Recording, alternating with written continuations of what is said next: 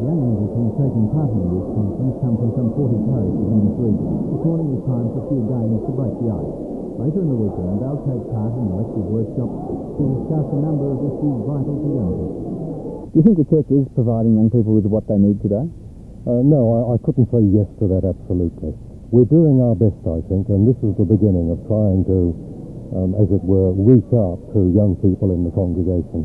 Our idea with this is that these 100 boys and girls that are here, 2 or 3 from every parish, will go back into their parishes and re-inspire youth development there.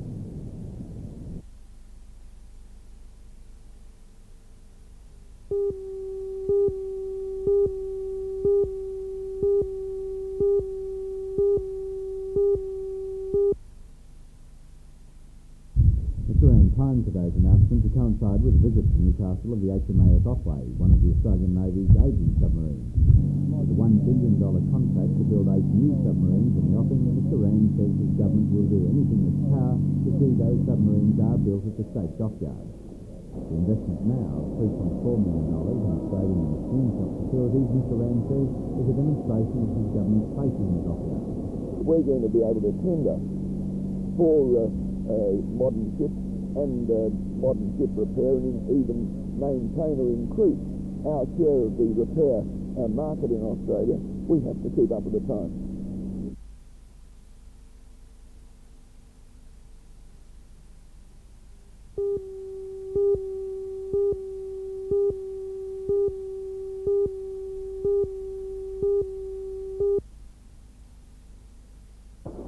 First prize of $1,500 was presented to Canberra poet Mr John Scott by the President of the Hunter District Water Board, Mr Alan McLaughlin. Mr Scott's going to St Clair took him around 2 months to write. The poem works at a whole lot of levels. One is about at a very broad level, the use of psychiatric hospitals in Russia for the treatment of political dissidents. That was certainly a very important thrust of the poem. But it was also very much an exploration of a series of personal levels too. The number of characters in there that I think are aspects of my own personality. The poet trying to write in a society, the struggle to be able to write, and the things that prohibit you from writing as well. So it was about things political and very personal as well. One of the June sections were papers that really filled and counting the road of each continent. Later in the day at King Edward Park, it was almost as though the Pied Piper had arrived in the castle. As children, and this time parents as well, followed the festival gesture along a winding tour of the park attractions. They accompanied the gesture through the forest of sound and the valley of wind, the cardboard city, and the visible features of Torres. It was a curious business for the children who, in the bold green story by now, were determined to help the gesture through the forest of fear to help find patterns for his mother, who wears the old face of new life. The week-long festivity culminates tomorrow with the first meeting down the hillside and connected to the mother earth who is described her old face to reveal specific new face.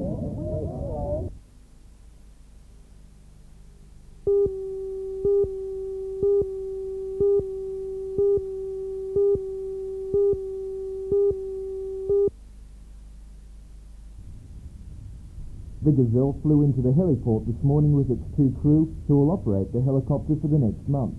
The pilot, George Foster, and crewman, Ian Callahan, immediately began discussing ways of fitting the service's rescue equipment. The Gazelle is the only one of its kind in Australia and was designed by the French for military use.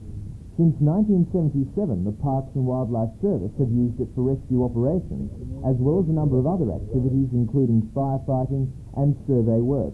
The Gazelle will fly faster to an emergency scene than the old helicopter and give the patient a smoother ride.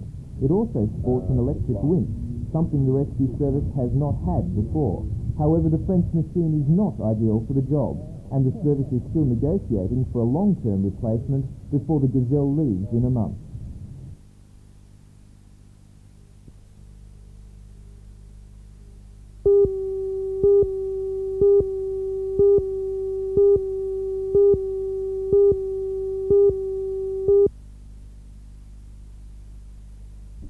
Pampered and petted, these pristine pussies of these cat lovers seemed unimpressed with the day-long fuss.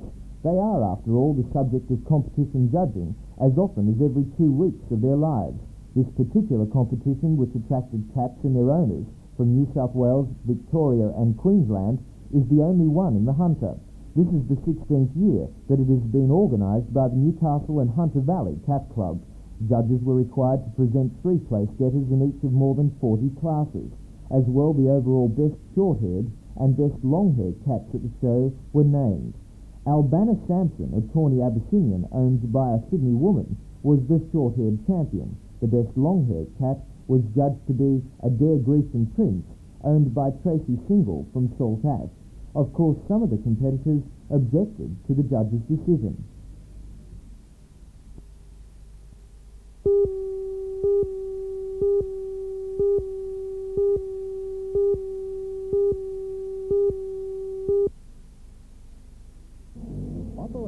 This latest crime-fighting tool was accepted from Apex by the Superintendent of Newcastle CIB, Inspector Max Lamond. The Deputy Lord Mayor, Alderman Dom Geddes, was presented with an example of the consumer kit.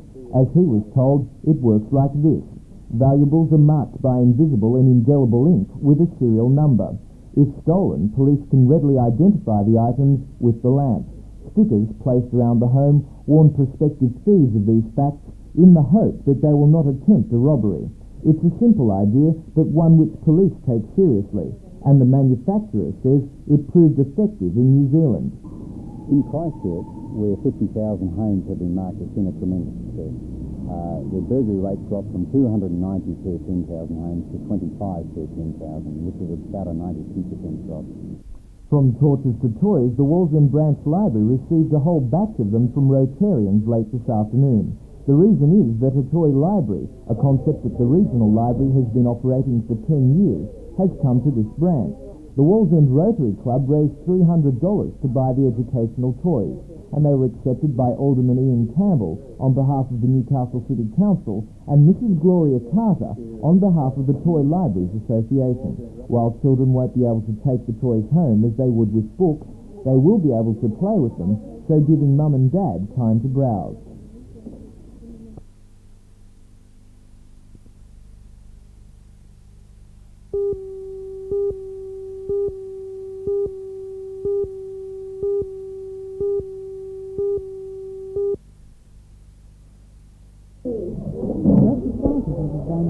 Dollhouse is enough to gladden the heart of any little boy and girl.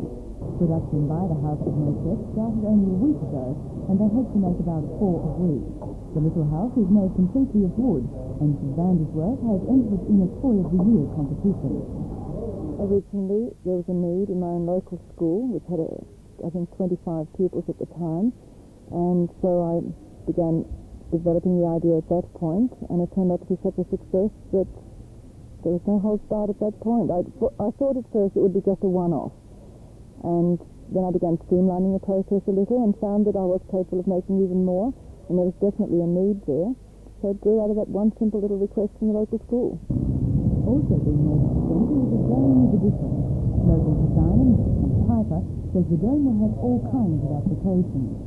Principally as a side house, as you see it here, where you'd have ferns and plants, and such outdoor living where you'd have a table and outdoor setting in the side house, which would make it nice in the summertime for a barbecue or just for eating out, away from the flies and insects. Or another use we see, which has good potential, is a spa pool cover.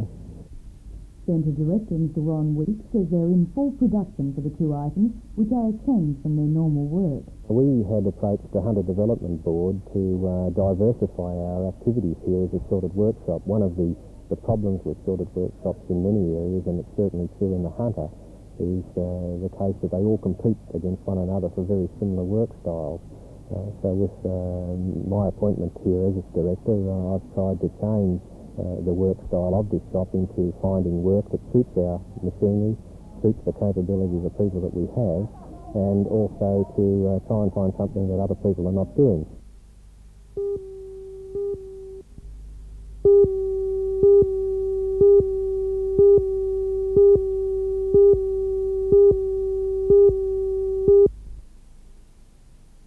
Steve. After Wednesday night's great performance by Rosebud United in winning the National League Cup final 1-0 against Melbourne, Croatia, getting down to business tomorrow may be the biggest problem facing the local heroes.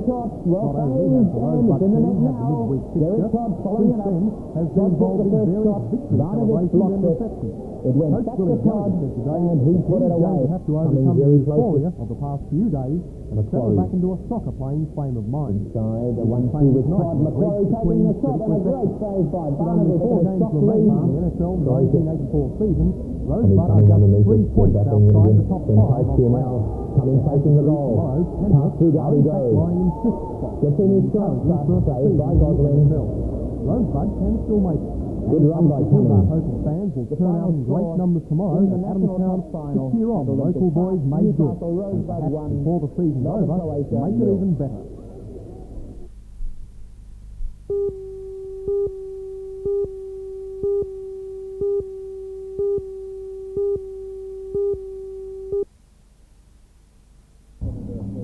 Although the half-time score was 0-0, the first half was definitely Rosebud, with the side creating far more scoring opportunities. Rosebud had many good first half scoring chances. The best came midway through the half with captain Joe Senikowski.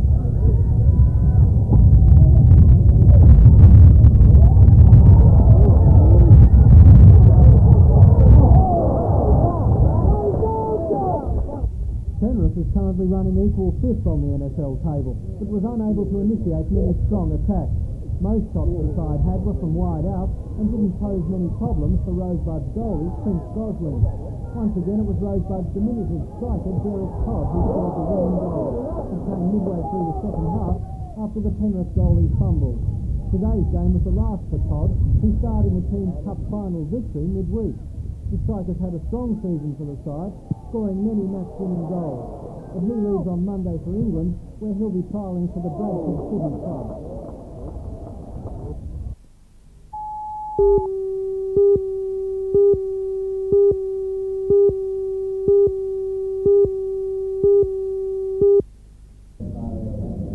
In the past, changes to judging methods have taken most of the season to filter through to all of the clubs, causing much confusion. So this seminar was held to solve that problem. There are 2 major changes this year.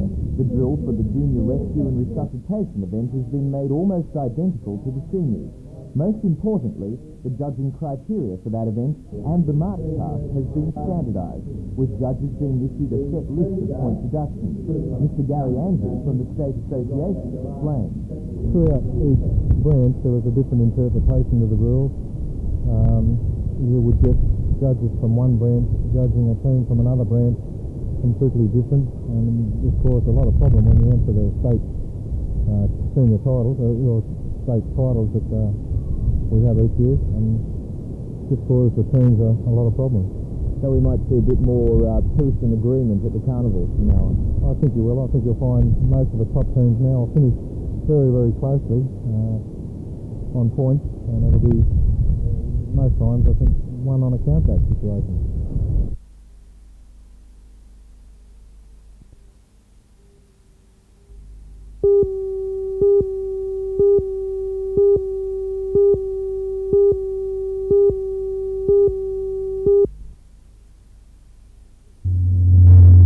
Previous studies, including one carried out at Newcastle University, have revealed unexpected hormonal responses in endurance-trained athletes. Put simply, it means that male athletes have been found to develop levels of female hormones, which apparently help make available body fat as an energy source. In health terms, this might also explain how exercise can eat up fatty tissue in the bloodstream. To explain the study, laboratory tests have been conducted on 102 children in the age 11 age group, both girls and boys, all from the Nelson Bay Primary School. Carefully controlled exercise tests measured the children's cardiovascular performance and looked for possible hormonal production like types that have been found in adult athletes.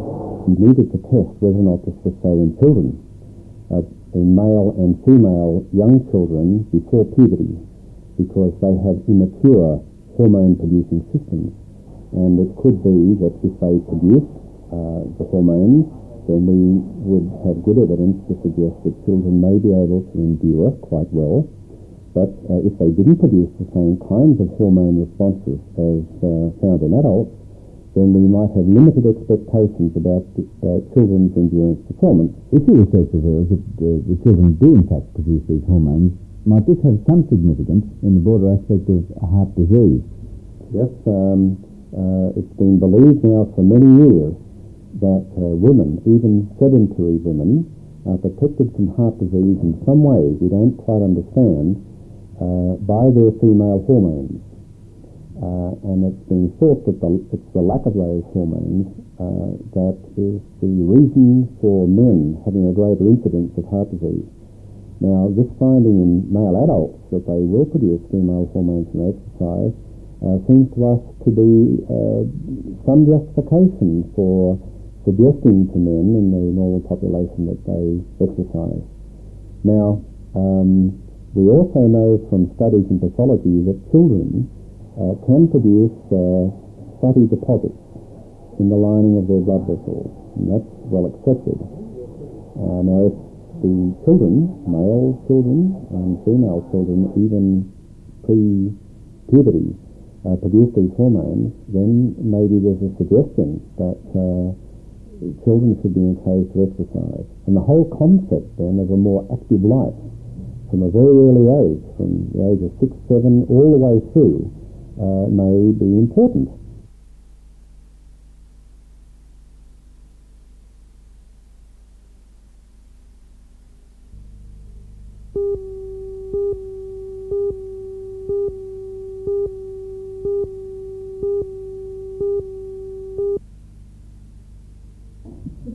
It was a joint celebration at the Salvation Army Young People's Hall last night when the Newcastle Citadel Troop number 27 celebrated their 9th birthday, and the two 17-year-olds were presented with their awards. Among those present were Divisional Commander Major Keith Parkinson and Divisional Guard Organiser Mrs. Catherine Laws, who presented the awards. Involved in this was earning rank badges, which is a start off of their 10-foot badge when they're second class and they're first class, and then they had to earn 5 specific badges to become a General Guard, and involved in that is their first aid, their child nurse, Salvation Army knowledge, rescue badge. As you can see, all these badges are ones that will help them sort of in the future and equip them to be better young ladies.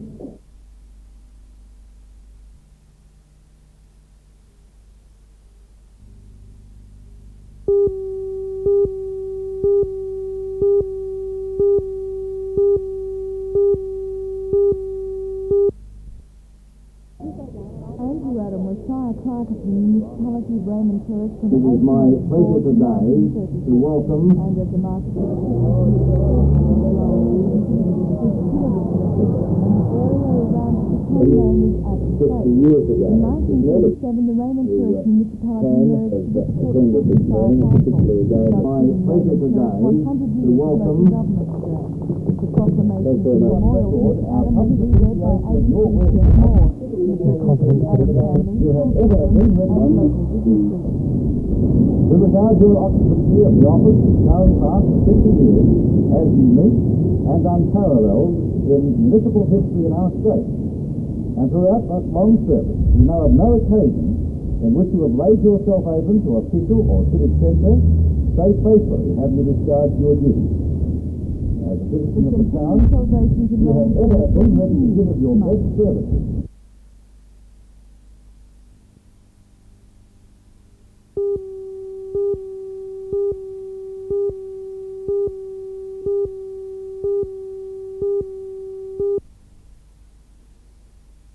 We believe it is a tremendous test of the person's endurance. There's $1,000 prize money, the first prize, and we think that the opportunity for people to witness this sort of event in this area makes it a highlight. Let's take a look at what's required of the competitors. Yes, well, in the morning they have the 1 kilometre swim, and that is timed. In the afternoon at 3 o'clock they start off on the cycling leg, which starts off on the times according to their swimming, and then at the conclusion of the cycling they go straight into the running. Once they start cycling, it's all systems go till they finish across the finishing line after a circuit of the oval at the conclusion. Pretty demanding. Yes, but then there are plenty of people that are fit enough, I'm sure, to do this approximately 25 kilometre course and we have a lot of fit people in this country, despite what everyone says. I think there'll be heaps of people there.